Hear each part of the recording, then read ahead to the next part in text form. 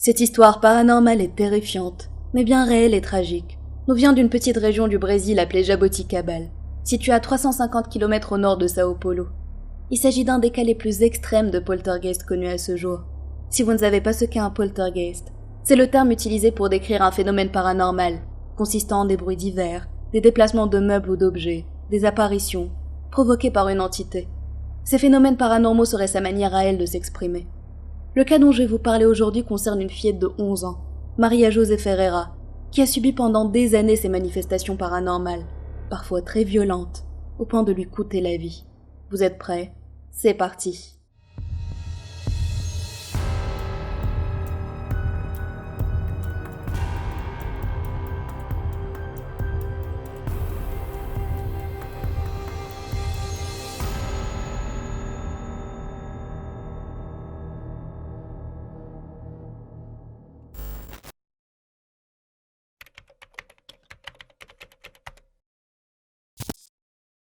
L'histoire commence en décembre 1965, lorsqu'une famille catholique et respectable s'est retrouvée au centre d'une activité paranormale violente et malveillante. Les phénomènes étaient sans gravité au début. Ça a commencé par des morceaux de briques tombant dans la maison, qui semblaient venir de nulle part. Mais au fur et à mesure que les dégâts et la peur augmentaient, la famille a décidé de contacter le prêtre local, pour les aider à se débarrasser de ce qu'ils pensaient être, à raison, une force maléfique. Le prêtre a inspecté la maison, et a lui-même été témoin de certains phénomènes paranormaux, objets qui bougeaient tout seuls, bruits étranges sortant de nulle part. Il a conclu qu'un exorcisme était nécessaire pour expulser ce mal, et il a tout de suite commencé le rituel. Mais comme vous le savez, tous les exorcismes ne fonctionnent pas forcément, et c'est ce qui s'est passé ici. Le rituel n'a pas réussi à chasser l'entité. Bien au contraire, il n'a fait qu'empirer les choses, comme s'il l'avait provoqué d'une certaine manière. Quelque temps plus tard, le 21 décembre de la même année, un voisin de la famille du nom de Joao Volpe, qui s'intéressait à l'occulte, a eu vent de l'affaire, et a décidé d'inspecter lui-même la maison et mener l'enquête. Il est rapidement arrivé à la conclusion que toutes les perturbations étaient centrées sur leur fille de 11 ans, très discrète, du nom de Maria José Ferreira, qui dormait dans les quartiers des domestiques. Persuadé qu'elle possédait des talents innés de médium, il a décidé de l'emmener chez lui pendant quelques jours pour l'aider à les maîtriser. Pendant plusieurs jours, il ne s'est rien passé de particulier, mais le calme n'a pas duré.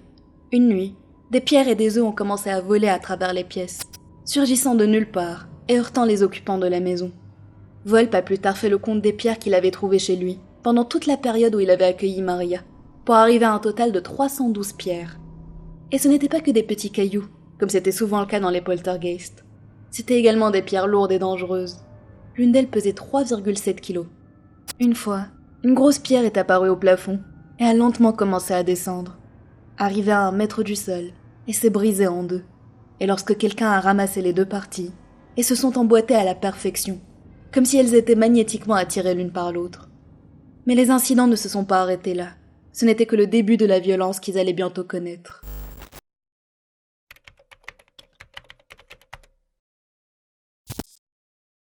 Les phénomènes paranormaux ont continué, et Maria s'y est peu à peu habituée, au point de finir par presque dompter cette présence invisible. À plusieurs occasions, elle lui demandait un bonbon, une fleur ou tout autre petit objet, et il apparaissait immédiatement à ses pieds. Un jour, alors qu'elle se promenait avec Volpe et un ami, elle leur a dit qu'elle aimerait bien avoir une petite broche. Sans surprise, le bijou s'est tout de suite matérialisé devant elle. L'entité qui la suivait, malgré ses bonnes dispositions évidentes, était aussi plutôt taquine et avait un sens de l'humour bien particulier.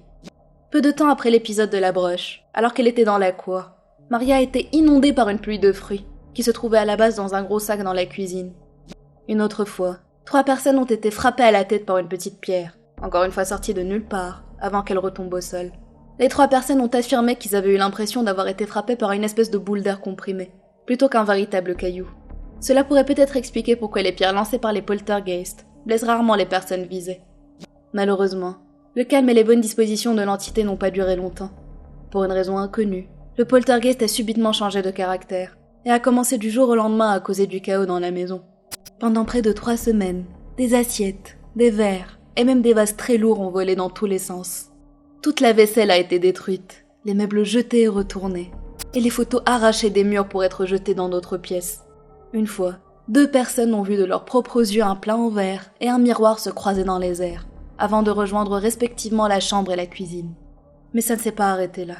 Après ces violences impressionnantes, Maria est elle-même devenue la cible d'attaques vicieuses. L'entité la mordait, la giflait, la battait avec une telle force que son corps était couvert de bleu. Elle lui jetait des chaises, un grand canapé, et même une bonbonne de gaz arrachée au mur. Pendant son sommeil, elle tentait de l'éliminer, soit en l'étranglant directement, soit en lui couvrant la bouche et les narines avec divers objets. Des aiguilles étaient aussi enfoncées profondément dans son talon gauche, même lorsque Maria portait des chaussures et des chaussettes, et la fillette était obligée de les retirer, lui laissant la chair à vif. Et ça ne faisait qu'empirer. Une fois, 55 aiguilles ont dû lui être retirées en même temps, et lorsqu'on lui a bandé le pied, les bandages ont été arrachés et déchirés sans même que les nœuds aient été défaits. Mais Maria et son entourage étaient loin d'avoir tout vu. Quelques mois après le début de cette histoire, le 14 mars 1966, la fillette était en train de déjeuner, lorsque ses vêtements ont soudainement pris feu. Après inspection, les flammes semblaient provenir d'une petite marque ronde, qui ressemblait à une brûlure de cigares. Au cours de la même journée, une des chambres de la maison de ses voisins, où se trouvait la fillette, a également pris feu, sans que rien ne puisse l'expliquer. Maria a vécu pendant quelque temps chez les Volpe, environ une année. Et pendant cette période, les phénomènes paranormaux ont un peu diminué, sans jamais s'arrêter complètement. Finalement, n'ayant trouvé aucune solution à lui tout seul, Joao Volpe l'a emmené dans le centre d'études spirites qu'il fréquentait, dans une tentative désespérée de trouver quelqu'un capable de l'aider. Sur place, un esprit s'est manifesté, et Chico Xavier, un médium très respecté, s'est adressé à lui en état de transe. Il a commencé par lui demander pour quelle raison il s'en prenait à une fillette de 11 ans. Et l'esprit lui a révélé que Maria était en fait une sorcière maléfique dans sa vie antérieure, qu'elle avait fait souffrir et éliminer beaucoup de gens. Lui-même était une de ses victimes, et il ne laisserait la fillette tranquille qu'une fois sa vengeance assouvie. Après plusieurs heures de discussion et de prières, Xavier a affirmé qu'il avait réussi à persuader l'esprit de la laisser tranquille, et l'a renvoyée chez elle. De retour chez les Volpe, il s'est malheureusement avéré que rien n'avait changé, et plusieurs procédés ont alors été tentés. Des prières spéciales, faire appel à des guides spirituels, des passes magnétiques, sans grand résultat. Rien de tout ceci n'a pu arrêter le poltergeist, qui se manifestait toujours autour de la fillette, mais ça a tout de même permis d'éviter les attaques les plus graves. En désespoir de cause, ne trouvant aucune autre solution, Volpe a baissé les bras, et a renvoyé la fillette vivre chez sa famille.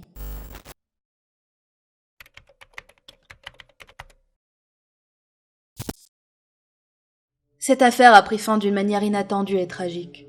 En 1970, alors qu'elle était âgée de 15 ans, Maria a mis fin à ses jours, en avalant du formicide mélangé à du jus de fruits. Cette conclusion mène à deux possibilités.